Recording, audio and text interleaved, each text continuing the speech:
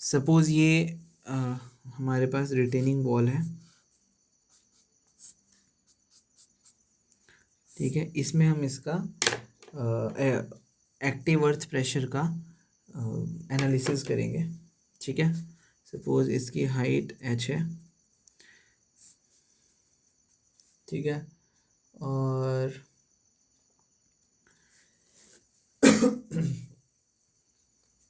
Let's take any depth z below the ground level, ठीक है, जिस पे थोड़ी सी कैलकुलेशन होगी। Suppose at any depth z आपका वर्टिकल स्ट्रेस कितना होगा इसमें, ड्राई मॉइस्ट सॉइल है, वर्टिकल स्ट्रेस होगा अगर ड्राई सॉइल है तो गामा बल्क इंटू जेड, इस तरह का होगा, मतलब gamma into Z will be the vertical stress. तो जैसे वी नो हमारा एक्टिव अर्थ प्रेशर जो है वो क्या है, product of coefficient of active earth pressure into vertical stress.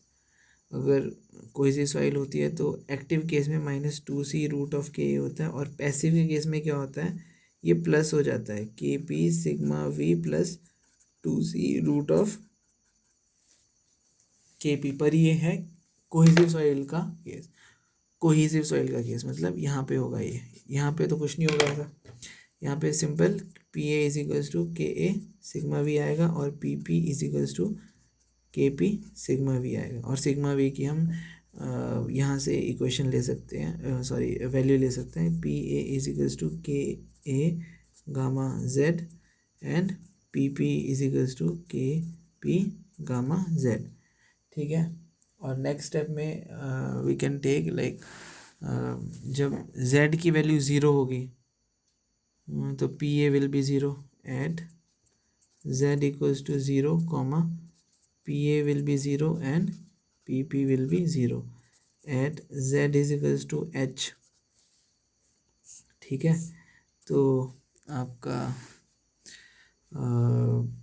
Pa कितना हो जाएगा, Ka gamma h, Ka gamma h, और आपका Pp हो जाएगा Kp गामा h, ठीक है। और ये earth pressure, total earth pressure जो होता है वो एरिया होता है। सपोज z, अब हम इसका डायग्राम देखेंगे बनाएंगे अगर, तो z0 पे अर्थ प्रेशर कितना है, ज़ीरो है, यहीं पे होगा, और इस पे मैक्सिमम आएगा, मतलब Ka gamma h, Ka gamma h। वैसे ही पैसिव के केस में होगा ज़ीरो, और यहाँ पे Kp गामा h, ठीक है।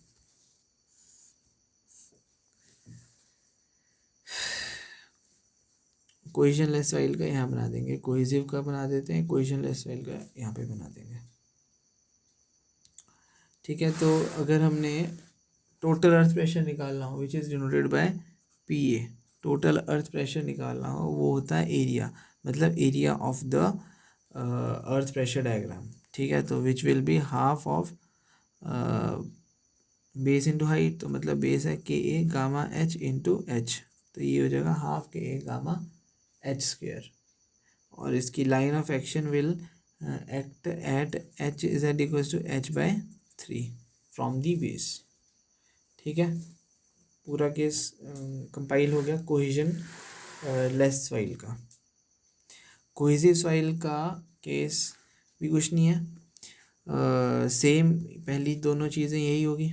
एक्टिव के केस में Ka सिग्मा v -2c√Ka, ठीक है। और पैसिव के केस में Kp sigma v plus 2c√Kp, ठीक है। इसके बाद जो ध्यान देने वाली बात है, ये तो होगा ही दोनों केसेस में, एक्टिव केस में, एक्टिव स्टेज में जो अर्थ प्रेशर है वो रिड्यूस होगी बाय सम अमाउंट, और पैसिव के केस में जो अर्थ प्रेशर है वो इंक्रीज करेगा बाय सम अमाउंट, ठीक है। तो सिग्मा वी की हम वैल्यू ले सकते हैं गामा इंटू जेड, ठीक है। यहाँ से, तो P A is equals to K A sigma we होगा भाई, ये सिग्मा वी, ठीक है। तो P K A into gamma Z minus 2c root of K, because it is cohesive soil, और P P will be K P gamma Z plus 2c root of K P, ठीक है। अब आ जाओ at z equals to zero, z equals to zero में जो P A की value मतलब active earth pressure, active earth pressure at active stage will be minus 2c root of K, P A is equals to minus 2c root of K A, और P P will be plus 2c root of K P, ठीक है। मतलब z equals to zero में यहाँ पे zero value नहीं आएगी, यहाँ पे सब्ट्रैक्ट में वैल्यू चल जाएगी, ठीक है। और z इक्वल्स टू एच में, at z equals to H, z equals to H में P A will be K A gamma H minus 2c root K A, और P P will be K P gamma H plus 2c root of K P, ठीक है। इसका मतलब कि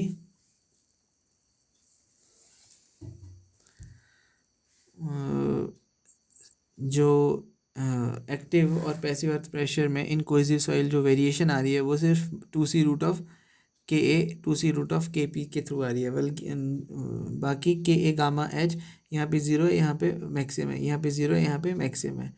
तो actual में जो इसका कोहेसिव सॉइल का जो डायग्राम है ये तो है कोहेजनलेस सॉइल का, ये है कोहेजन लेस सॉइल, ठीक है। और इसके बाद हमने बनाना है कोहेसिव का, कोहेसिव का जो केस बनेगा उसमें एक्चुअल का जो ये वाली वैल्यू है ज़ीरो, और सपोज मैं एक्टिव का ले रहा हूँ तो के ए गामा एच आएगा, ठीक है। वेरिएशन किस में आ रही है, 2c रूट ऑफ के ए की, ठीक है, जो कि एक्टिव के केस में तो ये आ रही है minus 2c root of K A, और और नीचे आ रही है 2c रूट ऑफ के ए। तो मतलब जो इसका टोटल जो हम डायग्राम बनाएंगे अर्थ प्रेशर का, वो ये नेगेटिव में चल जाएगा, मतलब ज़ीरो है यहाँ पे, ये कुछ डायग्राम इस तरह से बनेगा, इसमें यहाँ पे वैल्यू आ जाएगी minus 2c root of K ए, यहाँ पे वैल्यू ज़ीरो आ जाएगी, और यहाँ पे आ जाएगी K A gamma H minus 2c root of K A, ये वैल्यू है ना, ठीक है। ये इस तरह का डायग्राम बनेगा। तो यहाँ से क्या चीज़ हमने समझनी है वो ये है, at any depth Z C, Z equals to zero, Z को हम जेड सी क्यों बोल रहे हैं क्रिटिकल डेप्थ, क्योंकि यहाँ पे अर्थ प्रेशर की वैल्यू ज़ीरो है, ठीक है। लीजिए ज़रा इसे, at any depth Z C equals to zero, अब सॉरी जेड सी कॉमा इसमें पी ए की वैल्यू है ज़ीरो। अब पी ए की वैल्यू ज़ीरो है तो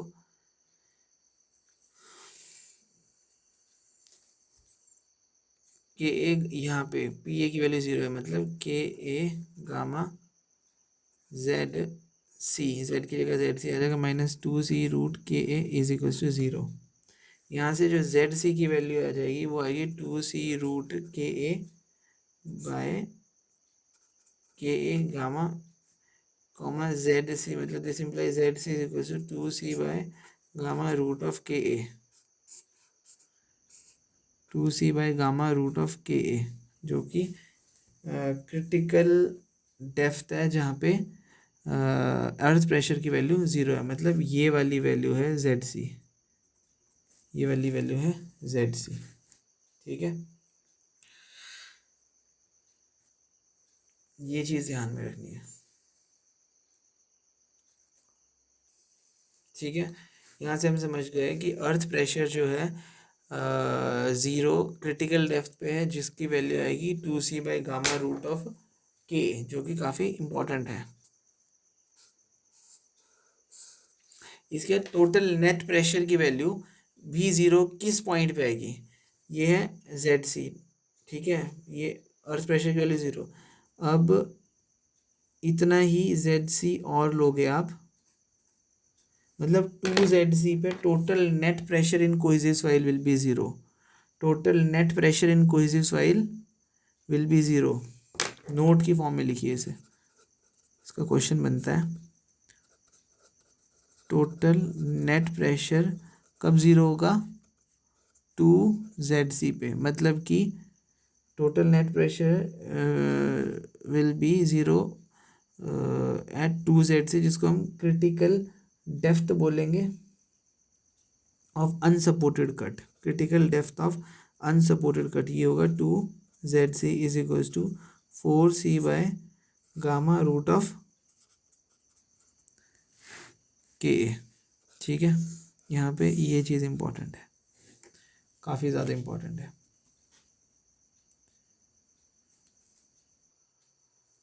एक चीज़ और ध्यान में रखना है इसी कोहेसिव सॉइल के केस में, वो भी नोट की फॉर्म में, तो मैं यहाँ बता देता हूँ।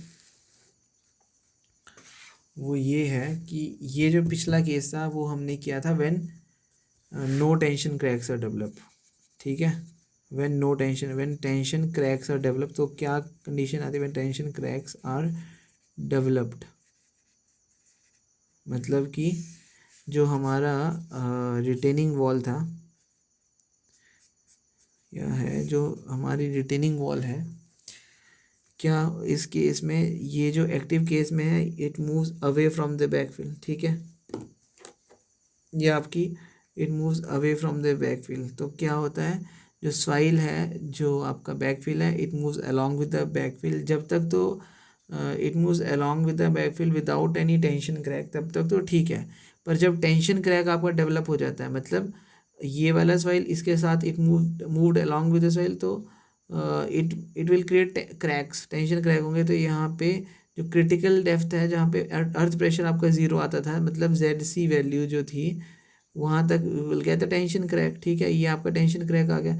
उसके बाद जो यहाँ पे अर्थ प्रेशर का डायग्राम बनता था वो कैसा था ना, पहले तो था ऐसे, अब क्या आएगा, अब ये ऐसे आएगा सिर्फ, जिसमें कि जो नीचे वाली वैल्यू थी वो थी KA gamma H minus 2C root of KA, ठीक है, तो सिर्फ इसमें माइनस ZC नहीं होगा, ये sorry minus 2C root KA नहीं होगा, इसमें जो वैल्यू आएगी वो होगी सिर्फ KA gamma H minus 2C root of KA, और जो जब हम total earth pressure in active stage निकालेंगे जो वो होता है एरिया, तो वो क्या होगा, half of this value KA gamma H minus 2C root of KA into its height, तो ये टोटल कितना था H, और ये हो गया H minus ZC, that's it, ZC we know, ZC is 2C by gamma root of KA, ठीक है। ये 2 पॉइंट बनते हैं कोहेसिव सॉइल से। जो पिछला हमने केस किया, पिछला हमने जो इनबिल्ट जो था हमारा केस वो था when tension cracks are not developed, ये है जब टेंशन क्रैक्स डेवलप होते हैं तो क्या केस होता है, ठीक है, समझ गए। इसी तरह से हमारे अगले केस हैं, सपोज केस 2 है, केस 2 बोलता है backfill with uniform surcharge, case 2 is backfill with uniform surcharge. अब बैकफिल विद यूनिफॉर्म सरचार्ज है, मतलब इस केस में आपका जो रिटेनिंग वॉल पे क्यू अमाउंट ऑफ सरचार्ज लग रहा है, तो जो एंड में वैल्यू निकलेगी, सपोज हमने इसमें जो रिजल्ट्स निकाले KA गामा Z या KA गामा H, बस कुछ नहीं होगा, इस वाले केस में KA gamma H plus KA Q होगा, और इस केस में KP gamma H plus KP Q होगा, इसमें भी प्लस KP क्यू, बस सरचार्ज जो ऐड होगा वो प्रोडक्ट ऑफ कोफिशिएंट ऑफ इधर एक्टिव अर्थ प्रेशर और पैसिव अर्थ प्रेशर का होगा। तो मैं बस इसका अर्थ प्रेशर का फॉर्मूला लिखूंगा ना, मैं टोटल अर्थ प्रेशर लिखूंगा ठीक है, वो भी एक्टिव स्टेज का। चलो चलो एक्टिव स्टेज का होगा, इसमें होगा के ए क्यू, जो आपका सरचार्ज लगेगा। हमने इसी केस को इफेक्टिव स्ट्रेस के चैप्टर में भी देखा था, के ए क्यू प्लस के ए गामा एच, उसमें क्यू प्लस गामा एच आता है। यह कोहेजन लेस सॉइल के केस में यही सेम चीज़ कोहेसिव सॉइल में क्या आएगी, के ए क्यू प्लस के ए गामा एच या गामा जेड -2c√ऑफ के ए, ठीक है। और के ए की जगह के पी हो जाएगा पैसिव के केस में, दैट्स इट, ठीक है। ये तो है आपका बैकफिल विद यूनिफॉर्म सरचार्ज का केस। सबमर्ज्ड बैकफिल का केस होगा केस नंबर 3, सबमर्ज्ड बैकफिल का केस। मतलब कि सबमर्ज्ड बैकफिल इज जो आपका टॉप में है उसमें वाटर टेबल भी यूज़ होगा। हमने इफेक्टिव स्ट्रेस के चैप्टर में बस यही कंक्लूड किया था, जब भी कभी वाटर टेबल सॉइल के साथ आएगा उसका वर्टिकल स्ट्रेस इफेक्टिव स्ट्रेस जो होगा वो सबमर्ज्ड यूनिट वेट में आ जाएगा। मतलब हम वर्टिकल स्ट्रेस जो निकालते हैं यहाँ पे, ये होता है इफेक्टिव वर्टिकल स्ट्रेस जो होता है, ये आ जाएगा क्या, वर्टिकल स्ट्रेस क्या आ जाएगा, ये आ जाएगा gamma into H, gamma into Z जो भी है, तो गामा सबमर्ज्ड की वैल्यू आ जाएगी, गामा की जगह गामा सबमर्ज्ड आ जाएगा, दैट्स इट। बाकी सब चीज़ें सेम होगी, बस जैसे हम इसमें सपोज आप एक्टिव जगह पैसिव का केस ले लो, P P is equals to, इसमें सरचार्ज तो है नहीं तो नॉर्मल, अब हम लेंगे कोहेसिव सॉइल का केस, तो वो होता था के ए के पी, पैसिव का केस ले रहे हैं तो सिग्मा वी, जो सिग्मा वी समर्ज्ड है वर्टिकल पैसिव है, प्लस 2c√ऑफ के पी समर्ज्ड है। ये वाली जो वैल्यू आ जाएगी ये आ जाएगी के पे, sigma we is gamma into Z होता है जनरली, या गामा हम एच लेंगे, तो गामा जेड गामा एच कुछ भी ले सकते हो आप। ये तो जेड हमने केस लिया है कि एट एनी डेप्थ जेड, जो एक्चुअल वैल्यू लास्ट में आती है वो एच की टर्म्स में आती है। इसके बाद आपका स्टेप आता है at any depth Z equals to 0 क्या आएगा, at any depth Z equals to H, तभी मैंने जेड लिखा है यहाँ पे, ठीक है। वर्टिकल में वो गामा की जगह गामा सबमर्ज्ड हो जाएगा इंटू एच। ये कंफ्यूज मत होना, क्रैम मत कर देना इसको जेड और एच की टर्म्स में, ये केसेस होते हैं बस, ठीक है। प्लस 2c√ऑफ के पी, फर्स्ट केस ढंग से ध्यान में रखना है, बाकी सारे केसेस इजी होते हैं। सबमर्ज्ड बैकफिल का केस, स्ट्रेटिफाइड बैकफिल का केस है। स्ट्रेटिफाइड बैकफिल के केस में हमारे फाई की वैल्यू, अगर फाई भी वेरी करेंगे और साथ में कोफिशिएंट ऑफ अर्थ प्रेशर भी वेरी करेंगे, तो बस अर्थ प्रेशर डायग्राम में वेरिएशन आएगी, जो कि ज़्यादातर कन्वेंशनल क्वेश्चन में पूछा जाएगा और अच्छे क्वेश्चन बनेंगे उसके स्ट्रेटिफाइड बैकफिल के, और लेंथी भी है ये। तो जो अपने MCQs में जनरली कम ही पूछा जाएगा ये क्वेश्चन, क्योंकि ये वाला केस ये काफ़ी लेंथी है स्ट्रेटिफाइड बैकफिल का। इसमें फाई का वेरिएशन दिखाया जाएगा फर्स्ट वाले की, जैसे स्ट्रेटिफाइड बैकफिल में ये आपका रिटेनिंग वॉल होगी, इसमें ये ग्राउंड लेवल पे, तो एक सॉइल होगी यहाँ पर सॉइल 1 जिसकी फाई 1 है, तो phi 1 suppose greater than phi 2 होगा, और एक्टिव के केस में के A1 ग्रेटर देन या लेस देन 1 होगा, ठीक है। उसके अकॉर्डिंग वेरी, जैसे 1 से 1 ज़्यादा है तो उसके अकॉर्डिंग इसका अर्थ प्रेशर डायग्राम भी वेरी करेगा। और आप पहले 1 के केस में जैसे नॉर्मली निकालते हो एट एनी डेप्थ जेड, अगर ये एच की वैल्यू H1 है और यहाँ H2 है, तो के गामा H1 -2c√ऑफ के ए यहाँ तक आ जाएगी, ठीक है। इसकी वैल्यू आएगी passive earth pressure K A gamma H1 minus 2c root of K A. उसके बाद और अगर उसके बाद जो दूसरी वैल्यू आएगी वो आएगी के A gamma h1 minus 2c root K A plus के A gamma h2। That's it. ठीक है। अब इसी को ज़्यादा कॉम्प्लिकेट करने के लिए कई बार क्वेश्चन में यहाँ वाटर टेबल दे देंगे, तो उसमें कुछ डरने की ज़रूरत नहीं। के ए गामा h1 तो माइनस 2c रूट के ए तो आ गया आपका नॉर्मल यहाँ पे। ठीक है। अब जब ये करोगे तो उसमें के ए सिग्मा वर्टिकल की जगह आपका इफेक्टिव आएगा, तो गामा में समझ आ जाएगा। तो पहला तो सपोज़ इस केस में के ए PA1 तो नॉर्मल आ गया था, K A gamma h1 minus 2c root of K A. अब जब आप इस इधर निकालोगे PA2 की वैल्यू तो क्या आएगी, के ए गामा h1, ठीक है, प्लस के ए गामा h2। ये तब आएगी जब इफ वाटर टेबल नहीं होगा। जब वाटर टेबल होगा तो गामा की जगह गामा सबमर्ज्ड आ जाएगा। ठीक है। जब वाटर टेबल होगा तो गामा की जगह गामा सबमर्ज्ड आ जाएगा। प्लस इसमें एक और चीज़ होती है, जैसे सबमर्ज्ड बैकफिल था तो इसमें मैंने के पी इसके साथ पोर वाटर प्रेशर भी ऐड होता है। ठीक है। इसके साथ पोर वाटर प्रेशर भी ऐड होता है।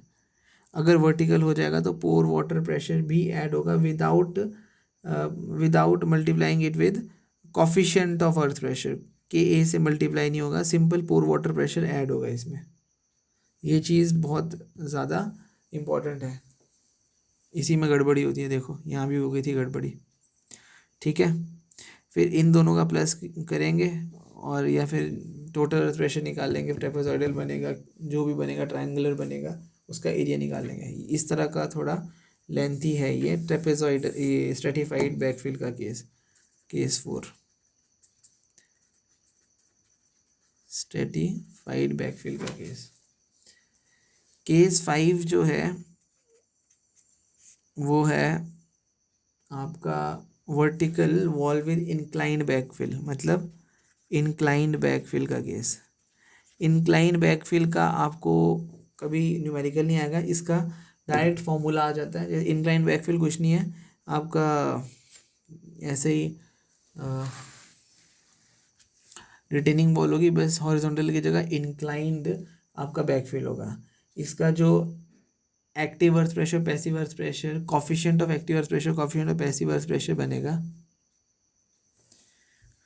coefficient of active earth pressure will be cos of beta into cos of beta minus square root of cos square beta minus cos square phi divide by नीचे इसका प्लस हो जाएगा, plus square root of cos square beta minus cos square phi। के अब हमको पता है K A into K P horizontal के केस में तो थे इक्वल्स टू 1, जो हमने किया था K A into K P equals to 1 in horizontal backfill के केस में। K A into K P in inclined backfill ये क्या हो जाएगा, चलो ठीक है, के पी की वैल्यू भी आप लिख लीजिए। के पी कुछ नहीं होगा, जो cos beta into plus minus की जगह प्लस हो जाएगा, प्लस की जगह माइनस हो जाएगा, cos square beta minus cos square phi divide by cos beta minus square root of cos square beta minus cos square phi. अब देखो इसमें के ए इंटू के पी करेंगे, ये वाली कट हो जाएगा, तो equals to cos square beta आएगा। ये है किसके केस में, इंक्लाइंड वॉल के केस में। और जो ये है इंक्लाइंड वॉल के केस में। हॉरिजॉन्टल के केस में क्या होता था, हॉरिजॉन्टल के केस में के ए डॉट के पी इज इक्वल्स टू 1। ठीक है, ध्यान रखना है केस के अकॉर्डिंग, ऐसा नहीं एक ही चीज़ आपने रिमेंबर की है और दूसरी चीज़ भूल गए हो, तो केस कोई भी आ सकता है, उसके अकॉर्डिंग आपको अपना दिमाग लगाना है। ठीक है। नेक्स्ट है आपका कूलम्स वेज थ्योरी। उसमें आपने दो तीन चीज़ें एजम्पशंस ध्यान रखनी है। नेक्स्ट है आपका COU कूलम्स वेज थ्योरी। ठीक है, इसमें भी आपने एजम्पशंस ध्यान रखनी। पहली assumption same is that of the Rankine theory, जो कि बोलती है soil is homogeneous, isotropic, elastic, semi infinite, dry और कोहेजनलेस। ठीक है, पहली एजम्पशन तो सेम है, सॉइल इज, बहुतों की सेम होती है, homogeneous, isotropic, elastic, semi infinite, dry and cohesionless. इसमें और रैंकाइन में एक बेसिक फॉर्म डिफरेंस है। उस रैंकाइन बोलता है जो जो आपका जो आपका वॉल है वो हॉरिजॉन्टल और वर्टिकल होती है। ठीक है, face of the wall in contact with the backfill is horizontal and vertical. इसमें जो फेस ऑफ द वॉल है, फेस ऑफ वॉल है वो क्या है, उसमें तो है हॉरिजॉन्टल, वर्टिकल और प्लेनर, हॉरिजॉन्टल एंड वर्टिकल। उसमें इसमें है horizontal, vertical and inclined face of the wall. जो उस केस में हमने सारे ऐसे ही किया ना, इस केस में जो रिटेनिंग वॉल है वो इस तरह की भी बन सकती है। ठीक है, मतलब इंक्लाइन भी हो सकती है। प्लस एक और चीज़ है, face of the wall is horizontal, vertical, incline, और उसमें जो फेस ऑफ द वॉल था वो स्मूथ था, इसमें प्लस रफ, या लिख लो an incline plus surface is rough. ठीक है, ये बहुत बड़ी दोनों में डिफरेंस है, रैंकाइंस थ्योरी और कूलम्स वेज थ्योरी में। और तीसरा तो ये failure surface is essentially 2D, मतलब rupture surface is planar and passes through the heel of the wall.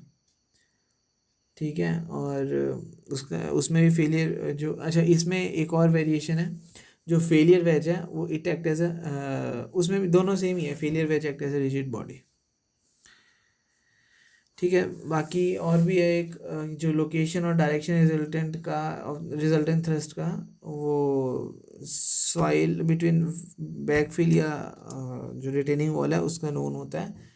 और जो लास्ट है इसमें असम्पशन, वो वेज फेलियर जो है वो कंसीडर की जाती है इक्विलिब्रियम ऑफ दो तीन चीज़ें हैं, एक सेल्फ वेट का, रिजल्टेंट रिएक्शन का और रिजल्टेंट थ्रस्ट का। मतलब दो इम्पॉर्टेंट चीज़ें हैं जिसमें ये आपको उसका उससे अलग करती है रैंकाइंस थ्योरी से, तो ये इम्पॉर्टेंट है। ठीक है, assumption.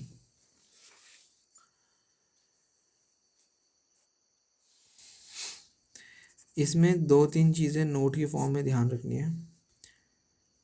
Coulomb's theory is not preferred for, not preferred for passive earth pressure, not preferred for passive earth pressure. क्या क्यों नहीं प्रेफर होती है पैसिव अर्थ प्रेशर को, क्योंकि कूलम्स जो थ्योरी है फेलियर प्लेन के लिए वो एज्यूम की जाती है planar, but in actual it is spiral, specially in the passive case, तभी नॉट प्रेफर्ड। वैसे हम जनरली एज्यूम क्या करते हैं प्लानर, पर एक्चुअली जो है पैसिव केस के लिए तो वो स्पायरल होती है, तभी वो प्रेफर ही नहीं करेगा, बिकॉज जो उसकी एनालिसिस पार्ट होगा वो बहुत ज़्यादा डिफिकल्ट हो जाएगा, इसीलिए पहला नोट। और एक और चीज़ है, जो आपकी रैंकाइन थ्योरी में एलिमेंट्री फेलियर होता है और कूलम थ्योरी में अपना वेज फेलियर होता है। रैंकाइन थ्योरी में कौन सा फेलियर होगा, एलिमेंट्री फेलियर, एलिमेंट्री फेलियर। और आपकी कूलम्स थ्योरी में कौन सा फेलियर होगा, कूलम्स थ्योरी में कौन सा फेलियर होगा, होगा वेज फेलियर, वेज फेलियर।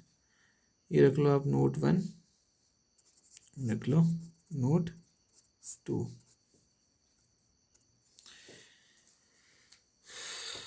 ठीक है, इसके बाद शीट पाइल वॉल्स हैं। Sheet pile wall generally water front structures में प्रोवाइड की जाती है, टेम्परेरी कंस्ट्रक्शन में प्रोवाइड की जाती है, रिवर ट्रेनिंग वर्क में होती है, to prevent the piping failure below the dams. और शीट पाइल वॉल जनरली दो तरह की होती है, कैंटिलीवर शीट पाइल वॉल्स और एंकर्ड शीट पाइल वॉल्स है, या उसको हम एंकर्ड बल्क हेडेड बोलते हैं। ये दोनों कोहेजनलेस सॉइल और कोहेसिव सॉइल के लिए यूज़ होती है।